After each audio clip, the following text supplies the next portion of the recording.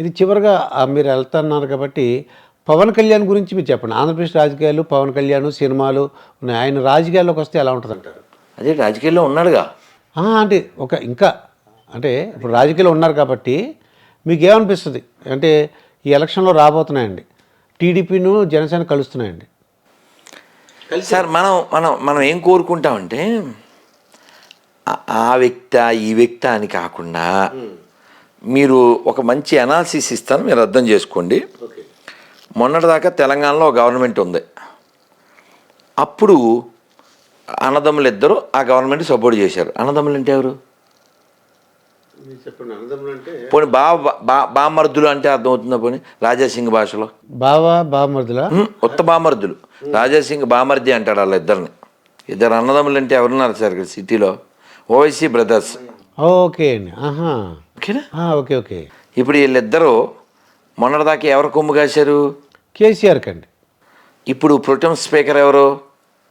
అది వాళ్ళ ఎంఐఎం అక్బరుద్దీన్ అండి. అదే మొన్నటిదాకా కేసీఆర్, ఇప్పుడు కాంగ్రెస్. అతను చెప్పాడు, ఆ అక్బరుద్దీన్ ఏం చెప్పాడంటే, ఎవడైనా రాని మా మోచేతి కింద నీళ్ళు తాగాలి అని చెప్పాడు.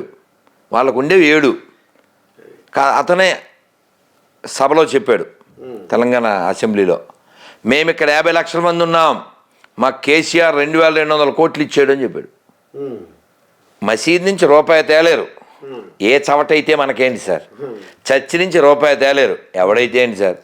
కాబట్టి మనకి ఎవడొచ్చినా మన గుళ్ళో డబ్బులు పట్టుకెళ్ళని వాడు కావాలి. గుళ్ళో డబ్బులు పట్టుకెళ్ళకూడదు, అవి ధర్మానికి దైవ కార్యాలకి వినియోగించాలి. తిరుపతిలో ఫ్లైఓవర్ కట్టారు, మన డబ్బులే, గుళ్ళో డబ్బులు. మసీద్ నుంచి రూపాయి తేలేరు, ముల్లాలకు జీతాలు ఇస్తారు. చర్చి నుంచి రూపాయి తేలేరు, పాస్టర్లకు జీతాలు ఇస్తారు. ఎక్కడవి? మన గుళ్ళో డబ్బులు. వక్ఫ్ భూమి అని ఉంటుంది, అది 1 అంగుళం వీడు తీసుకోడు, కానీ గుళ్ళో భూములు మాత్రం ఎత్తుకుపోతారు. కాబట్టి ఇలాంటి దొంగలు ఎవరూ రాకూడదు. అదేందా? పవన్ కళ్యాణ్ ఎదిగి మంచి పనులు చేస్తే మంచిదే, మాకు ఎవరైతే ఏమిటి సార్, మనకి ధర్మం ముఖ్యం. నువ్వేమో గుళ్ళో డబ్బులు ఎత్తుకుపోయి ఘాటు కట్టి గొర్రె మతాన్ని పెంచుతాను అంటే పనికి మాలింది. నేను చెప్తున్నాను, ఛాలెంజ్కి రెడీ. నీతి లేనాడు గొర్రె అవుతాడు, ఛాలెంజ్ రెడీ. నేనేమన్నానంటే ఈ పవన్ కళ్యాణ్ అంటే అతను స్పీచెస్ కానీ అతను మాట్లాడే విధానం అవన్నీ కూడా ఏమైనా సజెషన్లు ఇస్తారా? ఒకవేళ మీ దగ్గరికి వచ్చారనుకోండి, గురుగారు ఏమైనా సజెషన్లు ఇస్తారా అంటే ఏంటి, ఏమి ఇస్తారని? చాలా ఇవ్వాలి. ఒక క్లారిటీ ఉండాలి. ఆ క్లారిటీ ఏమిటంటే, పలానా వాళ్ళు ఓటు వేయాలి అని వాళ్ళ ప్రాపకం కోసం మనం ప్రయత్నం చేయకూడదు. మనకి రాష్ట్ర అభివృద్ధి మాత్రమే కావాలి. ఉచితానికి ఖచ్చితంగా వ్యతిరేకంగా ఉండాలి. ఉచితంగా ఏమి ఇవ్వచ్చు? విద్య ఇవ్వచ్చు, వైద్యం ఇవ్వచ్చు. ఈ 10 ఏళ్ళు పరిపాలించారు కదండి ఇక్కడ ఒక ఆయన. అవును, కేసీఆర్. ఇప్పుడు ఎక్కడున్నారు ఆయన? ఆయన సొంత ఇంట్లోకి వెళ్ళిపోయారండి. ఇప్పుడు హాస్పిటల్లో ఉన్నాడు. హాస్పిటల్లో ఉన్నాడు. కరెక్ట్. ఏ హాస్పిటల్ ఇది? యశోద హాస్పిటల్ అండి. అంటే 10 ఏళ్లలో వైద్య రంగం అడుక్కుతుందని కదండి అర్థం. ఒక సీఎం 10 ఏళ్ళు పరిపాలన చేసి గవర్నమెంట్ ఆసుపత్రిలో చేరాలిగా.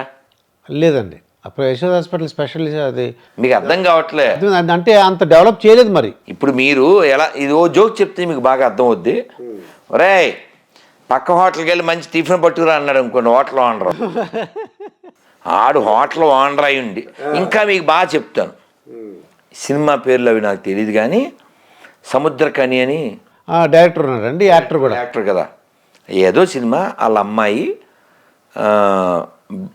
బండిలో ముందు పెట్టుకుని వెళ్తున్నారు, ఏదో డబ్బింగ్ మూవీ, చిన్న మొక్క చూసా. నాన్న ఆయన మా ప్రిన్సిపల్ అని చెప్పుద్ది ఈ పిల్ల. ఈయన వెళ్ళి, ఏం చేస్తున్నారు ఇక్కడ? మా అబ్బాయి సీటు కోసం. గవర్నమెంట్ టీచర్ అయ్యుండి మీ అబ్బాయికి సీటు కోసం ప్రైవేట్ స్కూల్ దగ్గర నిలబడతారా? సిగ్గు లేదు అంటే ఆడు తల మార్చుకుంటారు. సేమ్ అప్లికబుల్ ఇక్కడ కూడా కదా. ఓకే ఓకే, అర్థమైంది. ఇప్పుడు అర్థమైందండి. అంటే మీరు స్కూలింగ్ కదా, అందుకని మీ భాషలో చెప్పాను. అంటే గవర్నమెంట్ హాస్పిటల్ డెవలప్ చేస్తుంటే ఈయన అక్కడికి వెళ్తురు కదండి. అంటే మీ ఐడియా ప్రకారం విద్యా వైద్యం ఫ్రీగా ఇవ్వాలి అంటే ఓట్ల గురించి వాళ్ళు ఏం చేస్తున్నారంటే అండి, మిగతా కూడా ఫ్రీగా ఇవ్వాల్సి వస్తుంది.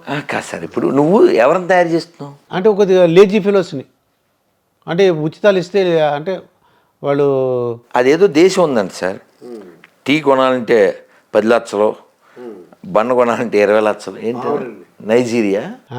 అటువంటి ఆఫ్రికన్ కంట్రీ ఒకటి ఉందండి, కరెక్టే. పెద్ద గోన్సని చేసుకెళ్ళాలి. నేను ఒక టీ తాగాలంటే. కరెక్టే అండి, నేను చూశాను. పెద్ద ట్రాలీ లాగా డబ్బు వేసుకెళ్తుంటారు. ఆ వాల్యూ పడిపోయిందండి, అమౌంట్ అది, ఆ డబ్బులు వాల్యూ పడిపోయింది. కాబట్టి కేవలం అధికారమే పరమావధి అనుకుంటే నాశనం అయిపోతారు. తర్వాత వీళ్ళ అన్యాయానికి చాలామంది బలైపోతారు. కాబట్టి ఫ్రీగా ఏమంటే విద్య, వాడు ఎంత చదివితే అంత చదివించాలి. ఫ్రీగా గొర్రెలు ఇవ్వడం ఏమండి, వాడంతటా వాడు బతకాలి సార్. అవునండి. నువ్వు ఇచ్చేదేంటి సార్? పాప ఆటో వాళ్ళు ఏడుతున్నారు సార్. ఫ్రీ బస్సు వలన ఆటో వాళ్ళు they are crying, they are లామెంటింగ్.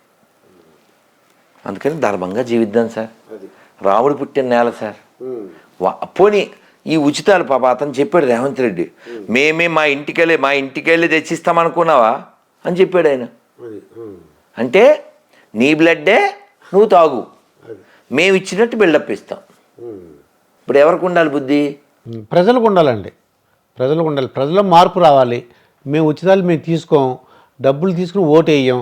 అలాగా ప్రజల్లో మార్పు వస్తే అది నాయకులు కూడా సార్, ప్రజలు సోల్డ్ నాట్ గోల్డ్. ఇదండి రాధా మనోహర్ గురూజీతో జరిగిన ఇంటర్వ్యూ. మరొక ఇంటర్వ్యూతో మీ ముందుంటాను, మీ దుర్గాప్రసాద్ మాస్టర్.